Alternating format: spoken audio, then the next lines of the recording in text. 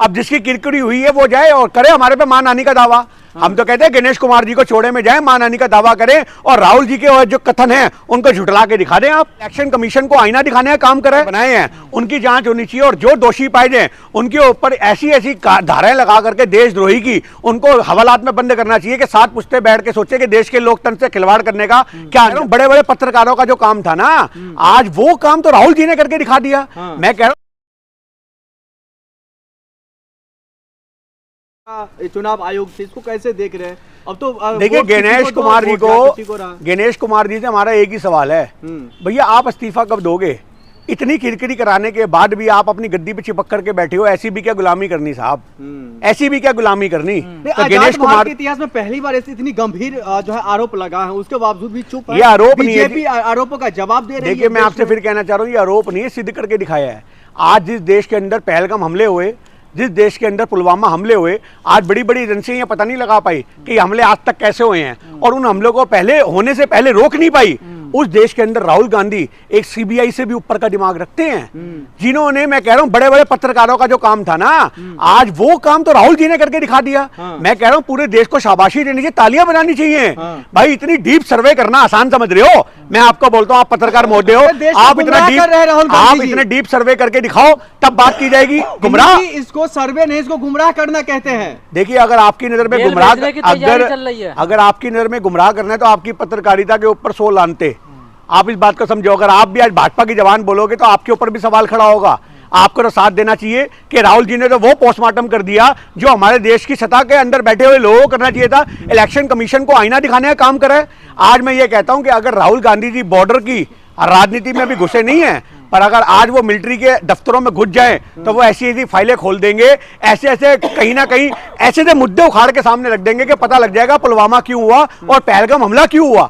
आज मैं तो एक बात कहना चाहूंगा, आप सुनिए पहले मेरी बात, टोकिए मत बार बार। आपसे एक बात कहना चाहूंगा, आज सीबीआई से जो मुद्दे सॉल्व नहीं होते ना, मैं उनसे कहना चाहूंगा एक बार राहुल जी के साथ बैठ करके बात कीजिए। हो सकता है कि हमारे देश के अंदर एक ऐसा दिमाग रखने वाला चाचा चौधरी से तेज नेता आपको नजर आएगा जो आपके मुद्दे भी सॉल्व कर देगा। ये हाथ जोड़ के विनती है हमारी कि जो मुद्दे आज पेंडिंग पड़े हुए हैं बहन बेटियों के साथ, कि इसका मर्डर कैसे हुआ, इसका बलात्कार किसने किया, ऐसे मुद्दे भी अगर आपको सुलझाने हो तो राहुल जी से टाइम लेकर, वक्त लेकर, निवेदन करके समय लीजिए, आपकी मदद करेंगी। हमारा दावा है आपसे।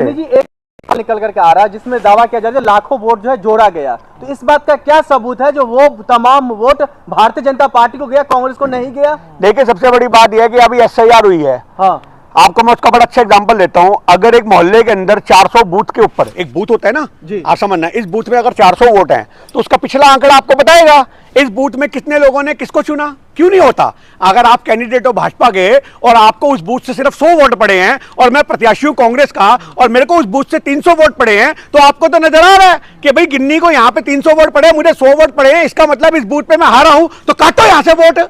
तो आप उस वोट को काटोगे और वो पहचानोगे किसके हैं। उन 300 में देखोगे भैया 50 आदमी तो सरदार थे, इनके वोट काटो। 50 मुसलमान थे, इनके वोट काटो। सरदार ने सरदार को दिया होगा, मुसलमान हमसे खफा है इसलिए उसने हमें नहीं दिया होगा, तो आपने अरे 100 वोट काट के अपनी बढ़त कर ली। ये फॉर्मूला है, इस बात को समझो। आप इस गणित को समझने को क्यों तैयार नहीं हो? आप एक वोट का सुप्रीम कोर्ट दरवाजा क्यों नहीं खटखटा रहे, क्यों डरते हैं सुप्रीम कोर्ट? देखिए हम क्यों डरे? हमने तो खुलासा कर दिया। अब जिसकी किरकिरी हुई है वो जाए और करे हमारे पे मां नानी का दावा। हम तो कहते हैं गणेश कुमार जी को छोड़े में जाए, मां नानी का दावा करें और राहुल जी के जो कथन है उनको झुठला के दिखा दें। आप जो राहुल जी ने पर्चे खोले ही तो सच्चे हैं। ब्राजील की मॉडल 22 वोट डाल रही, बताइए। देखिए मैं आपसे वही कहना चाह रहा हूं कि उसका चेहरा इस्तेमाल किया गया। आप इस बात को समझो। आज इलेक्शन कमीशन जब एक चेहरे से कितने वोट बना रहा है तो क्या उनको नहीं पता? आप इस बात को समझिए ना, एक आदमी के 2-2 वोट हैं। मैं आपको दिल्ली में ऐसे लोग दिखा दूंगा जो यूपी में रहते, दिल्ली का भी वोट बना रखा, यूपी का भी बना रखा, यूपी में भी वोट डाल के आते, दिल्ली में भी वोट डालते हैं। क्यों होना चाहिए? आप इस बात को बताओ। तो आप उनके वोटों की जांच करो और किनके वोट, ऐसे बंदों के वोट काटे जाने चाहिए। अगर आप SIR में वोट काटना चाह रहे हो, आज का ताजा चुनाव बिहार का चल रहा है, पहले चरण का। आप देख लो, मेरे स्टेटस के ऊपर गिन्नी इंडियन पे वीडियो लगी हुई है। पाजी राहुल जी खुलासा तो कर रहे हैं, लेकिन इससे आगे अब बात क्या? हाँ, इससे आगे ये हरियाणा सरकार को भंग करने के लिए रोडों पे उतरना चाहिए। अगर उन्होंने हरियाणा का मुद्दा सरकार उठाया गिराने है के लिए? बिल्कुल हरियाणा सरकार गिराने के भंग करनी चाहिए, राष्ट्रपति शासन लगना चाहिए और गणेश कुमार और इलेक्शन कमीशन के ऊपर सुप्रीम कोर्ट जांच के आदेश पारित करे। हम ये कहना चाहते हैं पूरी इलेक्शन कमीशन की जांच होनी चाहिए, जिन लोगों ने वोटर कार्ड बनाए हैं उनकी जांच होनी चाहिए और जो दोषी पाए जाए उनके ऊपर ऐसी ऐसी धाराएं लगा करके देशद्रोही की उनको हवालात में बंद करना चाहिए कि 7 पुश्ते बैठ के सोचे कि देश के लोकतंत्र से खिलवाड़ करने का क्या अंजाम होता है।